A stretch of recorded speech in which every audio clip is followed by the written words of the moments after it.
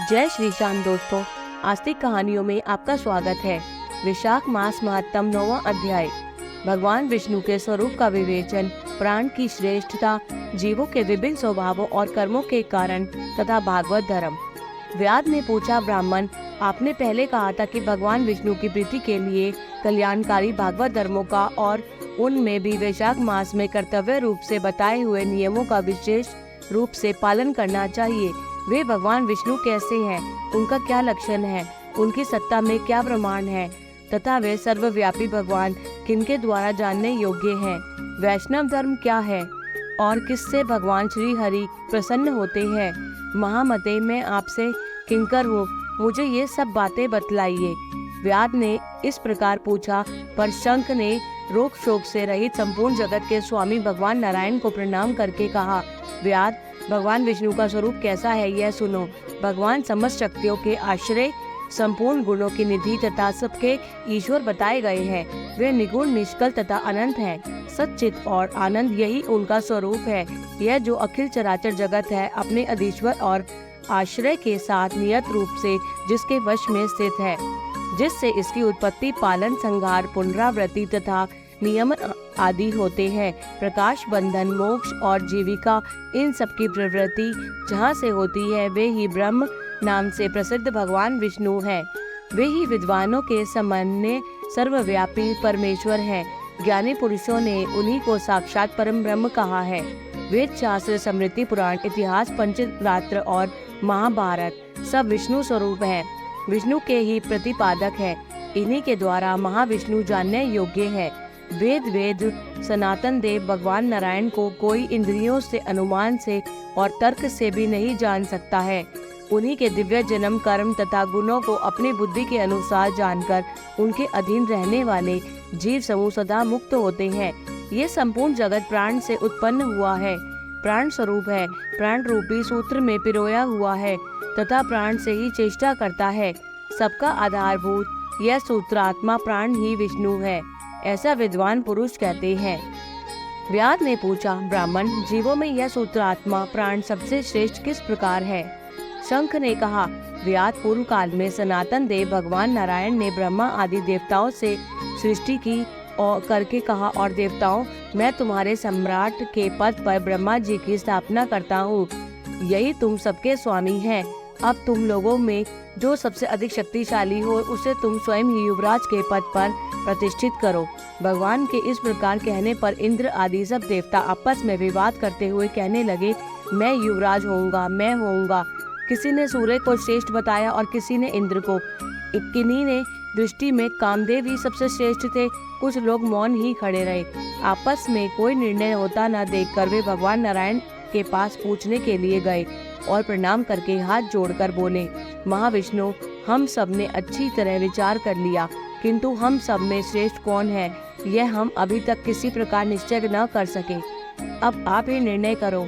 तब भगवान विष्णु ने हंसते हुए कहा, इस विराट ब्रह्मांड रूपी शरीर से जिसके निकल जाने पर यह गिर जाएगा और जिसके प्रवेश करने पर पुनः उठकर खड़ा हो जाएगा, वही देवता सबसे श्रेष्ठ है। भगवान के ऐसा कहने पर सब देवताओं ने कहा, अच्छा ऐसा ही हो।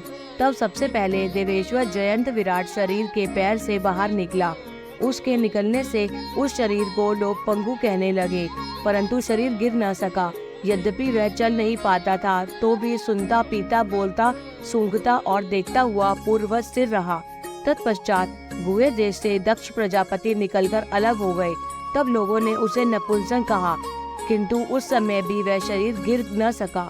उसके बाद विराट शरीर के हाथ से सब देवताओं के राजा इंद्र बाहर निकले। उस समय भी शरीर पात नहीं हुआ।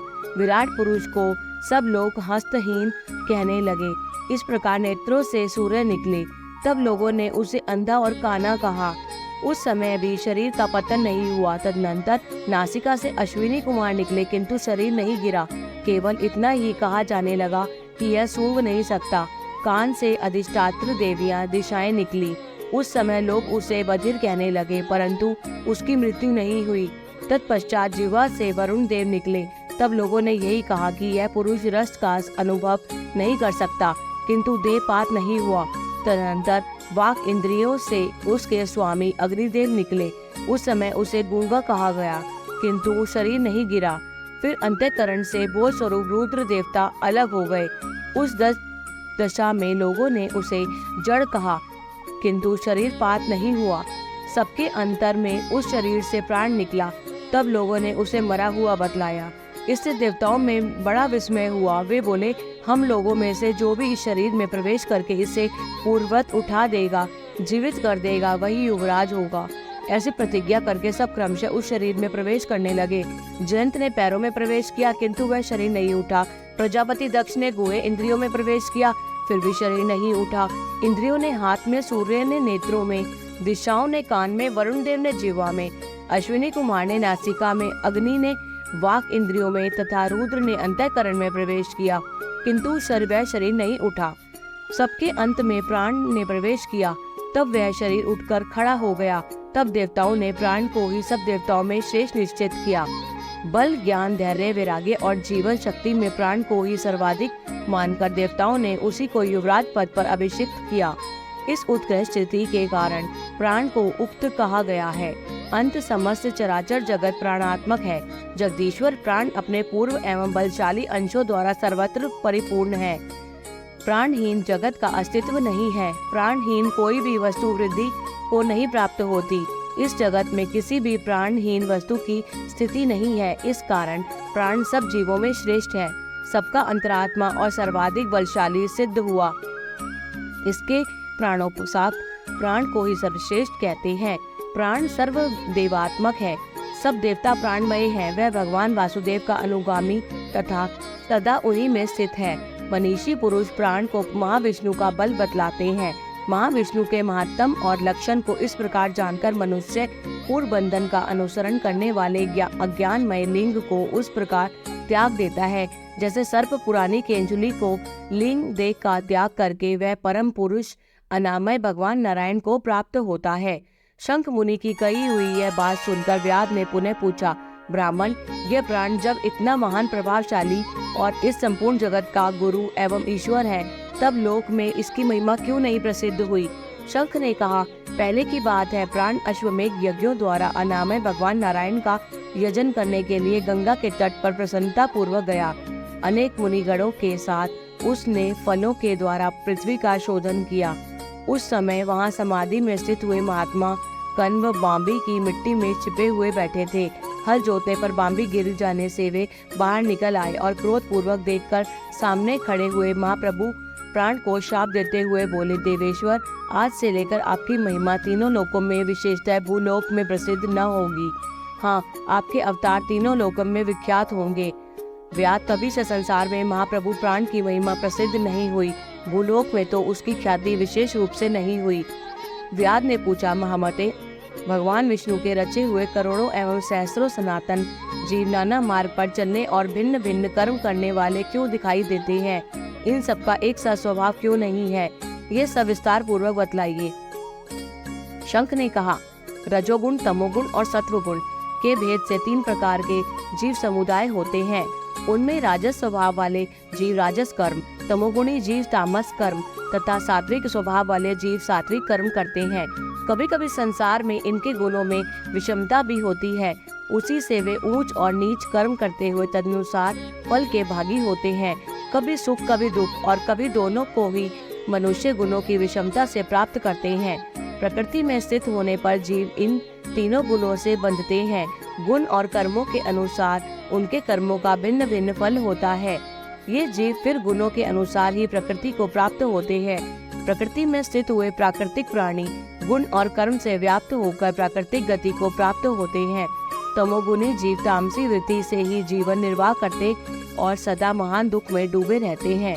उनमें दया नहीं होती, वे बड़े क्रूर होते हैं और लोक में सदा द्वेष से ही उनका जीवन चलता है। राक्षस और पिशाच आदि तमोगुणी जीव हैं, जो तामसी गति को प्राप्त होते हैं। राजसी लोगों की बुद्धि मिश्रित होती है, वे पुण्य तथा पाप दोनों करते हैं। पुण्य से स्वर्ग पाते हैं और पाप से यातना भोगते हैं। इसी कारण ये मंदभाग्य पुरुष बार बार इस संसार में आते जाते रहते हैं। जो सात्विक स्वभाव के मनुष्य हैं, वे धर्मशील, दयालु, श्रद्धालु, दूसरों के दोष को न देखने वाले तथा सात्विक वृत्ति से जीवन निर्वाह करने वाले होते हैं। इसलिए भिन्न भिन्न कर्म करने वाले जीवों को एक दूसरे से पृथक अनेक प्रकार के भाव हैं। उनके गुण और कर्म के अनुसार महाप्रभु विष्णु अपने स्वरूप की प्राप्ति कराने के लिए उनके कर्मों का अनुष्ठान करवाते हैं। भगवान विष्णु पूर्ण काम हैं। उनमें विषमता और निर्दयता आदि दोष नहीं है। वे संभाव से ही सृष्टि, पालन और संहार करते हैं। सब जीव अपने गुण से ही कर्म फल के भागी होते हैं। जैसे माली बगीचे में लगे हुए सब वृक्षों को समान रूप से सींचता है और एक ही कुआं के जल से सभी वृक्ष फलते हैं, तथापि पृथक पृथक स्वभाव को प्राप्त होते हैं। बगीचा लगाने वाले में किसी प्रकार की विषमता और निर्दयता का दोष नहीं होता। देवाधिदेव भगवान विष्णु का एक ही निमेष ब्रह्मा जी के एक कल्प के समान माना गया है। ब्रह्म कल्प के अंत में देवाधिदेव शिरोमणि भगवान विष्णु का उन्मेष होता है, अर्थात वे आंख खोलकर देखते हैं। जब तक निमेष रहता है तब तक प्रलय है। निमेष के एक अंत में भगवान अपने उदर में स्थित संपूर्ण लोकों की सृष्टि करने की इच्छा करते हैं। सृष्टि की इच्छा होने पर भगवान अपने उदर में स्थित हुए अनेक प्रकार के जीव समूहों को देखते हैं। उनकी कुक्षी में रहते हुए भी संपूर्ण जीव उनके ध्यान में स्थित होते हैं, अर्थात कौन जीव कहाँ किस रूप में है, इसकी स्मृति भगवान को सदा बनी रहती है। भगवान विष्णु चतुर्व्यूह स्वरूप हैं। वे उन्मेष काल के प्रथम भाग में ही चतुर्व्यूह रूप में प्रकट होते हैं।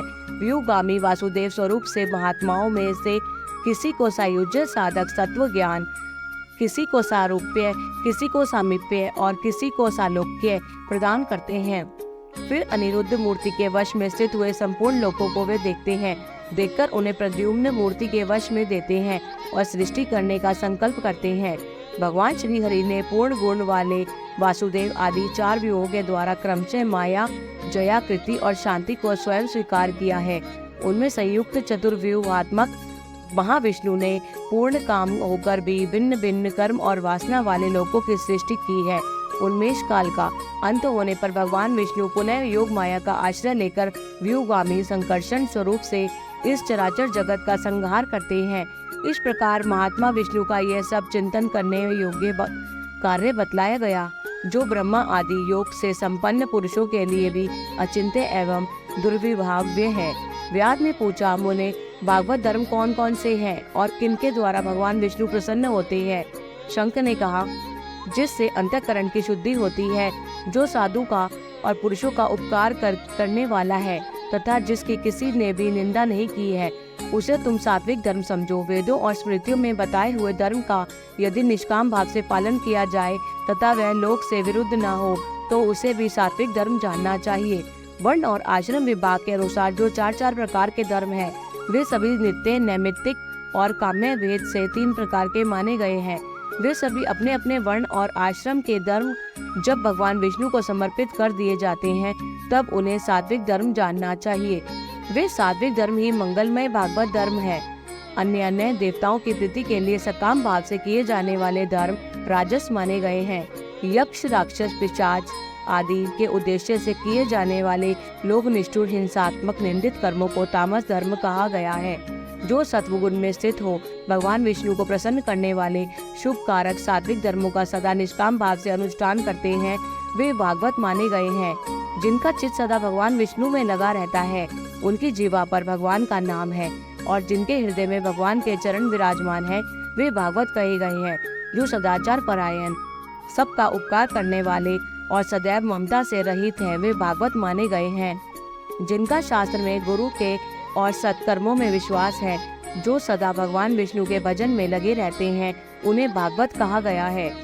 उन भागवत भक्त महात्माओं को जो धर्म नित्य मान्य हैं, जो भगवान विष्णु को प्रिय हैं तथा वेदों और स्मृतियों में जिनका प्रतिपादन किया गया है, वे ही सनातन धर्म माने गए हैं। जिनका चित्त विषयों में आसक्त है, उनका सब देशों में घूमना, सब कर्मों को देखना, सब धर्मों का सुनना कुछ भी लाभकारक नहीं है।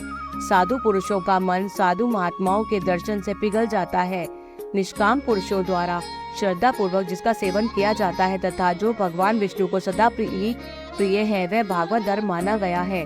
भगवान विष्णु ने क्षीर सागर में सबके हित की कामना से भगवती लक्ष्मी जी को दही से निकाले हुए मक्खन की भांति सब शास्त्रों के सारभूत वैशाख धर्म का उपदेश किया है।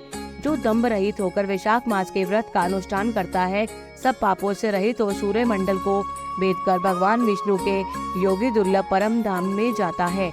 इस प्रकार दुष्श्रेष्ठ शंख के द्वारा भगवान विष्णु के प्रिय वैशाख मास के धर्मों का वर्णन होते समय वह 5 शाखाओं वाला वट वृक्ष तुरंत ही भूमि पर गिर पड़ा। उसके खोखले में एक विकराल अजगर रहता था। वह भी पाप योनिमय शरीर को त्याग कर तत्काल दिव्य स्वरूप हो मस्तक झुकाए शंख के सामने हाथ जोड़कर खड़ा हो गया। जय श्री श्याम।